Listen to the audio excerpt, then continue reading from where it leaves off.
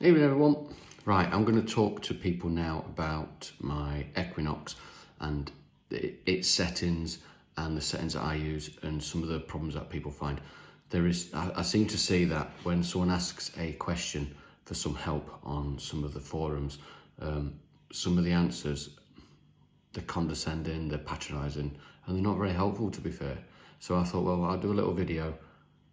I'm no expert by any means, but I'll do a little video to go through the settings that I have, which I have set up initially, and then the problems that people get when they're out in the field. You've seen some of my other videos and they are all covered within all those videos, but I thought I'd just do it in one and just have a little chat with people.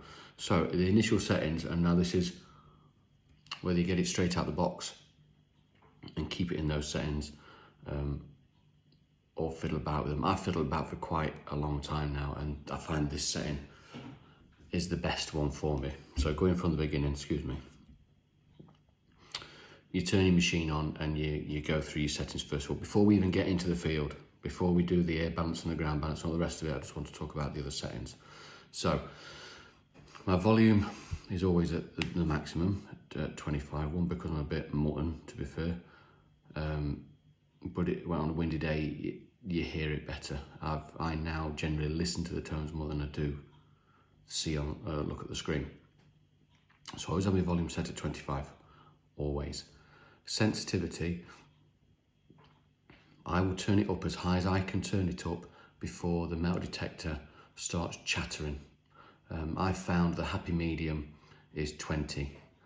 I don't go any higher than 20. I've never have. I can't think of a situation where I've gone higher than 20, and I've dug down to 14, 16 inches on sensitivity 20. It seems to work quite well.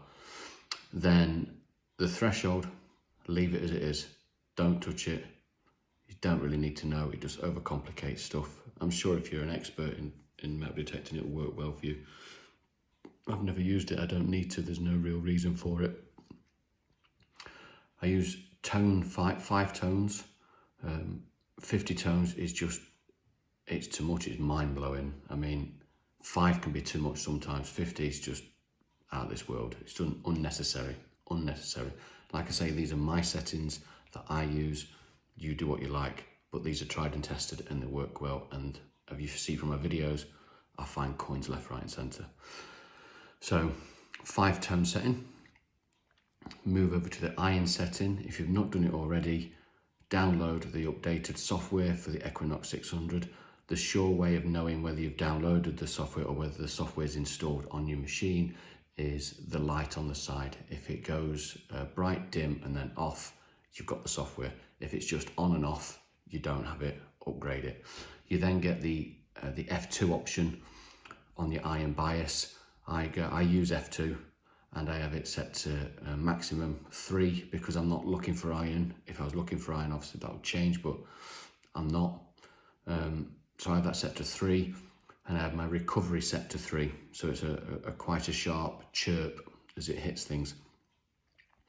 Unless I'm on the beach, I only use one of 2 settings. If I'm on the beach at Caton Bay or wherever down the East Coast somewhere, I'll use the beach setting. Anywhere else, anywhere, I use field 1. That's it. And in that field 1 is the threshold untouched, sensitivity 20, volume 25, 5-tone, iron set to F2, level 3, recovery set to 3. I don't touch anything else. And that's it. I don't check it. I don't adjust it. I don't mess on with it. That is it. That is my settings done. Right, moving on. So we've set our detector up with those settings. We're now going to go metal detecting for the first time or whenever. I see a lot of people who are new to Equinox get massively overwhelmed with it chirping, it dancing all over the place, it doing some really weird, wonderful and voodoo stuff when they first get in the field, and it is massively daunting and overwhelming. When I first got mine,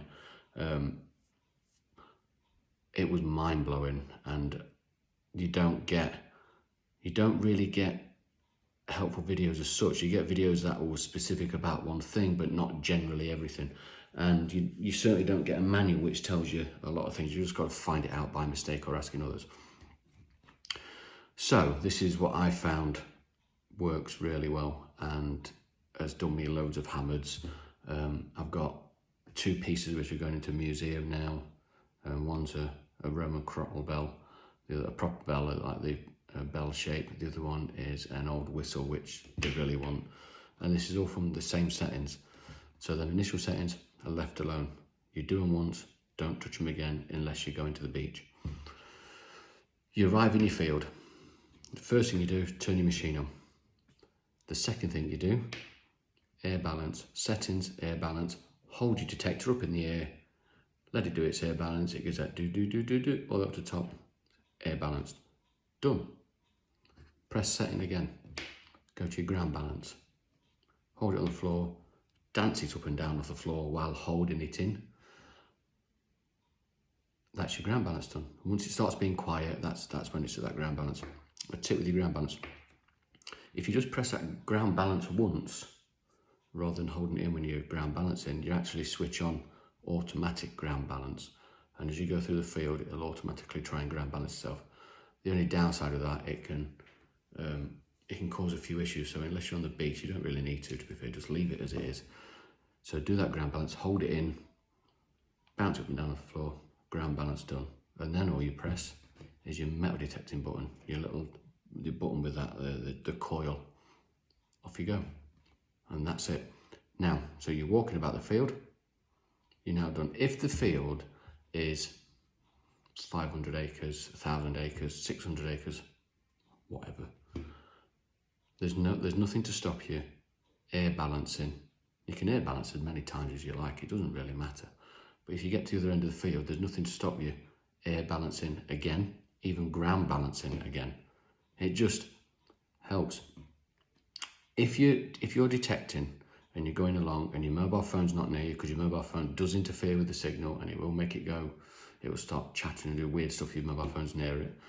If your mobile phone's not near it and your metal detector starts randomly spitting out numbers and just doing weird and wonderful things, quick air balance, quick ground balance, 9 times out of 10 will sort it out.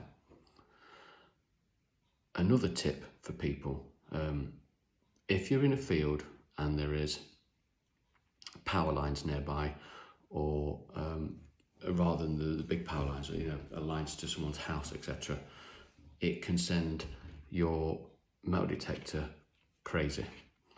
And a lot of people struggle under the power lines like that.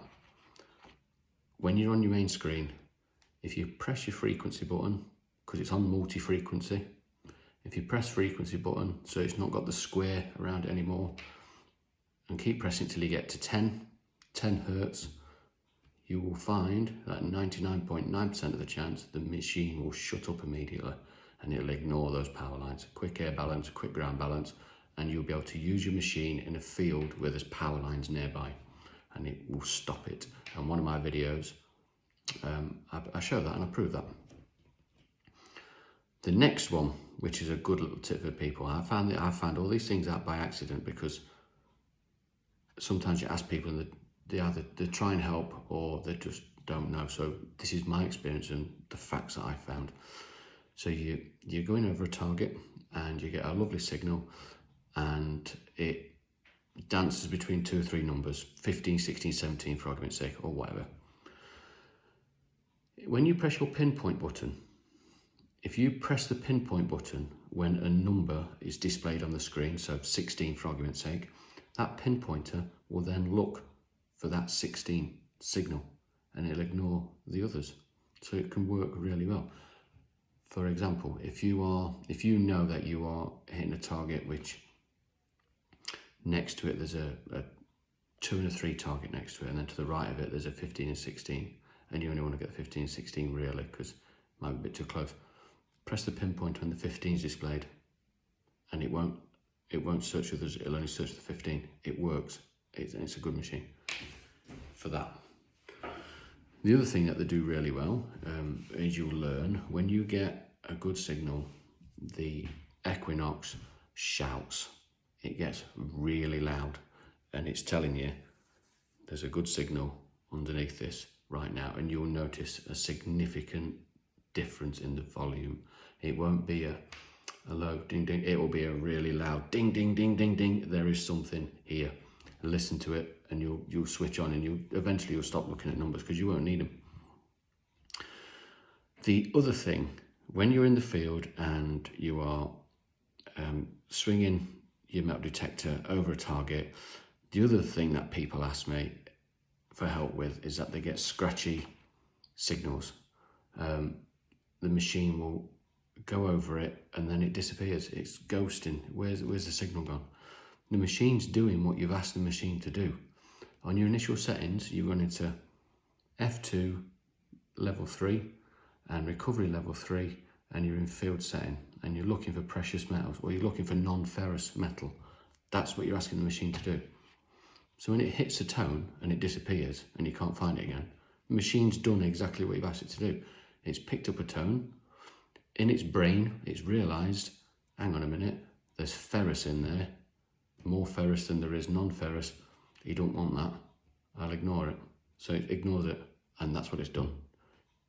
If you click on the horseshoe button, you'll find it will chirp loudly and give you loads of negatives because it's doing what you've asked it to do. The other one, you go over a target and it only hits it one way. So it goes from, I'm left-handed, so left to right, ding, nothing on the return, ding, nothing on the return. And you're like, what the hell is it doing? There's a chance the coin could be sat on its edge, or whatever it is could be sat on its edge. Yeah, there is. There absolutely is. Most of the time, it's the machine catching some form of that alloy. So it might catch brass mixed in with iron, for example, or something along them lines. So it's catching the brass, and then on the return, it's catching the iron, and it's doing what you've asked it to do. It's ignoring the iron. So it's dinging it that way, nothing that way. Turn 90 degrees to the object in the ground, and you'll find it will change, and it will give you that, and you'll be able to help you. Flick it to horseshoe mode. As soon as it gives you that negative tones, move on. Just move on. If it's a silver coin, if it's a hammered coin, anything like that, it isn't going to give you negative tones unless it's right next to a nail. But the number it gives, let's say it's 15, the number it gives will be loud, and it'll be constant, and it'll be good. And so you'll dig it. So you might get a really, really loud 15, a really strong 15, quick flick to the horseshoe mode, and you get the occasional negative. Dig it, because it could have a bit of crud on it, or it could have a nail next to it. Dig it. However, if you go over a tone and it's giving you a few numbers, so it gives you 12, 16, 20, they're not really together, they're kind of just scattered about a bit, and you flick on the horseshoe mode and it gives you that the negatives, turn the horseshoe mode off and carry on walking, because you're wasting your time digging. It's crap. My golden rule is single numbers, always dig single numbers, solid numbers. There's a reason why they're solid numbers. There's because it is a metal of purity of whatever the metal it is, and numbers which are close together. So 20, 21, 23, for example, are generally old pennies, you know, like your young Ed Vicky and stuff like that, them kind of pennies, and half pennies and stuff. Your cartwheel pennies come in really high, like up to 30, like 28 to 30, but they're grouped together, so it'll be 21, 22, 23, and it'll flick between the two, or it might be 19, 20, 21, depending on the soil type. So if you get numbers very close together, or if it's a solid number, dig it. Just dig it. If it's numbers very close together and it's a solid number, and you put all metal mode on and it gives you lots and lots of different negatives, so it gives you -3, -5, -7, don't, just move on. If it only gives you the occasional scratchy negative, just dig it, just be curious, just dig it. And using that method, that's what I do. I'm not telling you that's the only way to do it. I've just found that's the best way for me to do it. So I put the initial settings in when I first got the machine. I don't touch them anymore. I don't touch them at all. Every field I go into, I air balance it straight away. I ground balance it straight away. If it's chattering like mad because there's power lines nearby, or if it's chattering like mad anyway, flick it to frequency 10 and run on 10. It's not going to change what your machine does. You're still going to find your targets. it will just shut it up. It will shut all that chattering up for you. Your pinpointer, very good at finding obviously where it is. If you want to find the specific metal that's in there, wait till the number flags on the screen, press your pinpointer when that number's on the screen, and it will find that number. It will tell you where that number is in the ground. It works really well. Try it, it's good. Loud tones are good tones. Loud tones are good tones. And you'll know a difference. They will be loud. It vibrates in your hand and it shouts, this is a good tone. And you'll do it a couple of times and you'll get a couple of coins and you'll soon realise when it's a good tone, you know it's a good tone. Single numbers, definitely dig them. You generally find with a single number, wafting it over all metal, it's still a single number. Dig your single numbers because you just don't know. Gold can come all the way down at 6 and it can come all the way up to 18 and upwards. It's soil type messes on with it and all that kind of stuff. Tones close together, dig them. Tones that are scattered apart, check your iron balance, check your iron button, waft it over, gives you a load of negatives. You're wasting your time digging, just keep going. It's crap. Scratchy tones or ghost tones, so it's giving you a blip and then it disappears.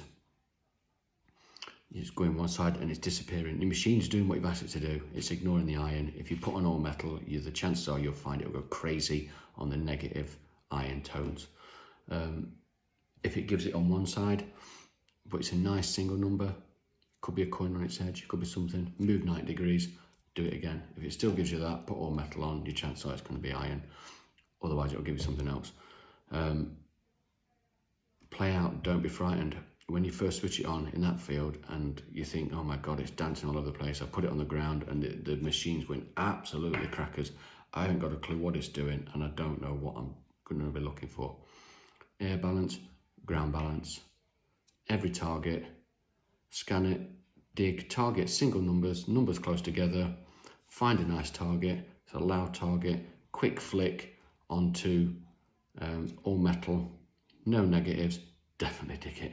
It might be a bit of modern brass, you don't know. Definitely dig it. It gives you loads of negatives. Bin it, move on to your next one.